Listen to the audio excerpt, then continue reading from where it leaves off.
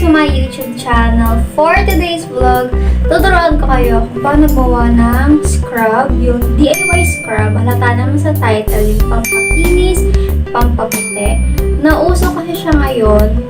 Nakikita ko sa mga FB friends ko na bumibili sila ng ganun yung mga scrub na pampaputi at pampakinis nga.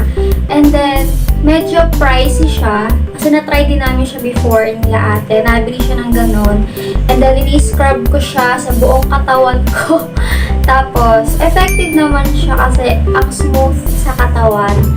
Tapos, nakakaputi siya, ganun. Parang hindi nagda-dry yung skin mo. Pero hindi ko siya ginagamit sa face. And then, itong gagawin ko, yung iba, ginagamit nila sa face nila, yung scrub nila. Pero ako, tinatry ko lang siya sa may body ko. Kasi ayoko masyado ng madaming ginagamit sa face ko. Syempre, baka ano pang mangyari. Tsaka gumagamit nga rin ako ng kamatis, diba? Yung dati kong vlog, na parang walang pimple marks. Sila talaga yung ginagamit ko. Tsaka yung yellow sa mukha. And then, itong DIY scrub sa katawan lang. At ang DIY scrub na to, nakita ko lang siya sa TikTok. Then, sinearch ko sa tinatawag ko ako. Sinearch ko siya sa YT kung totoo siya. And then, sobrang daming nag-content nito. Tapos, hanggang sa tinry ko sa sarili ko. And may progress naman. Yung ganito ko, medyo pumuti siya. Lalo sa personal. Kung nakita ko ng iba, lalo na pa nasisinalan ako ng araw. Sobrang puti ko. Parang maputla ng ewan ko, healthy pa ba itong puti ko. Tapos, minsan kasi pag boring ako, pumunta sa TikTok, ganyan-ganyan. Tapos, minsan nalabas mga propaganda. Tapos, tinatry ko sa akin. Lalo na kapag mura lang naman siya at saka yung mga feedback is maganda. So, itong DIY scrub na gagawin natin, na ituturo ko sa inyo, dalawang ingredients na yung kailangan, calamansi at brown sugar. Itong dalawang ingredients na to, lagi kong nababanggit to sa mga dati kong vlog na pampaputi ng kilikili, gano'n, ng mukha. Tapos, yung DIY wax, ginamit ko yan, tatandaan ko pa. Kung di nyo pa napapanood, panoorin nyo na. Tapos, bumili na ako ng calamansi sa palengke kanina. May calamansi po kayo? Magkano po? Timba. Magkano? 10. Thank you po. Tapos, yung sugar, meron naman dito kasi sa bahay. So, yun lang yung ginamit ko. So, bali ang gastos ko lang is 10 pesos na.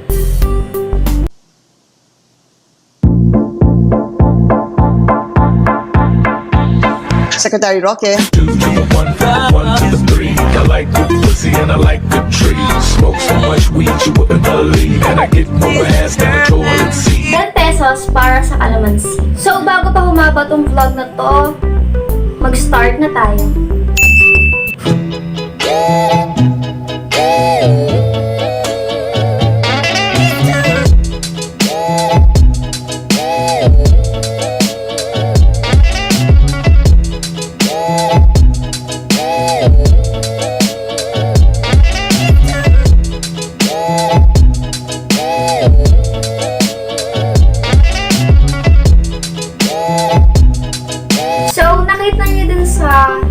Clip, onti lang yung piniga kong calamansi kasi dito ko lang siya itatry.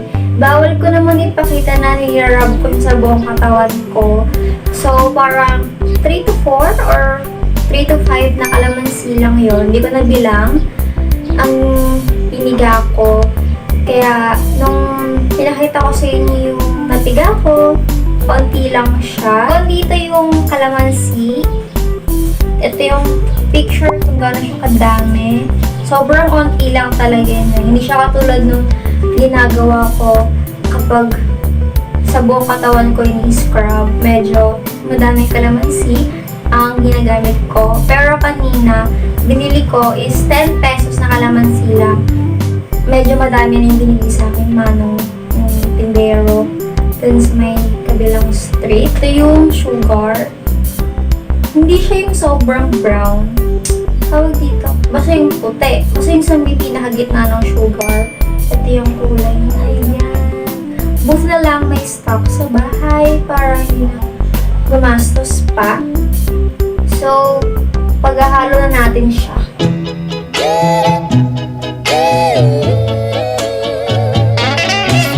After ng paglagay natin ng brown sugar dito sa may calamansi, haluin lang natin siya.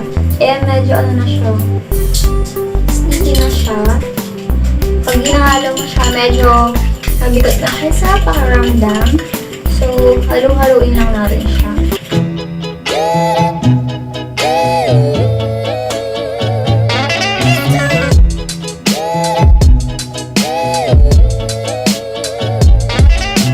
Natapos na natin siyang halu-haluin. And then, ito yung magiging tsura niya. Ang lapot niya. Hindi ko siya pagdigyan kasi matatapon. So, insert ako ng picture kung ano yung magiging tsura niya. Ganyan.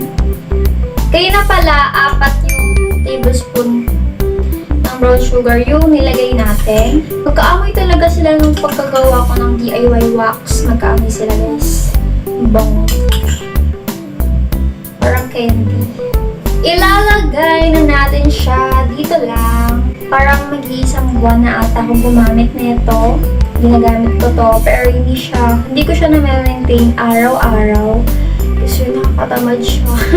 Pero may progress naman siya kahit hindi ko siya araw-arawin. Pero advice ko sa inyo, araw-arawin niyo siya if masipag kayo mag-isil ng calamansi. Ayan. Ang pinagkaiba lang kasi nila dun sa scrub na nabibili sa Watsons, gano'n. Magaganda naman talaga yun. Kung tinatamad kayo magawa ng DIY, bumili na lang kayo kasi effective din yun. Ito, para sa mga nagtitipid lang.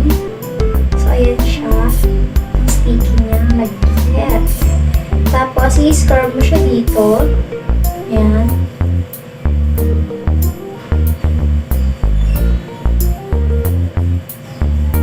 Napapalambot niya yung skin ko. Tapos, napapaputi niya rin. Hindi kasi talaga ako naglo-lotion, guys. Yeah, hindi ako naglo-lotion ng kahit ano. Kasi, nung nag-lotion ako, parang nagkakaroon ng dots-dots yung legs ko. Then, ibababad mo siya ng 35 minutes. So, guys, hanggang dito na lang yung vlog ko. Ayan, nakababad pa siya kasi wala pang 5 minutes. Sana nakatulong tong vlog na to para sa mga problem yung sa skin na mas mapaganda ka. Pero guys, love your flaws. Yeah. Nga pala, may singit ko lang. Yung Facebook ko, nasa description box yung link. Kung gusto nyo yung mga graphic tees, oversized, ganun, oversized shirt, lip tint, tergiversary, PM na lang ako or DM, andyan na yung Instagram ko. Tapos, pag-usapan natin yan. Kung o-order ba kayo or what. So, yeah. Yun lang. Kung nakatay ka man dito sa dulo ng vlog ko, thank you for watching. Hope you like it and enjoy it. Please like, share, and subscribe. And turn on the notification bell para updated kayo sa mga video kong i-upload pa. So, hanggang dito na lang. Thank you for watching. I've been feeling so down, yeah. Can you tell me why? Can you tell me why I'm down?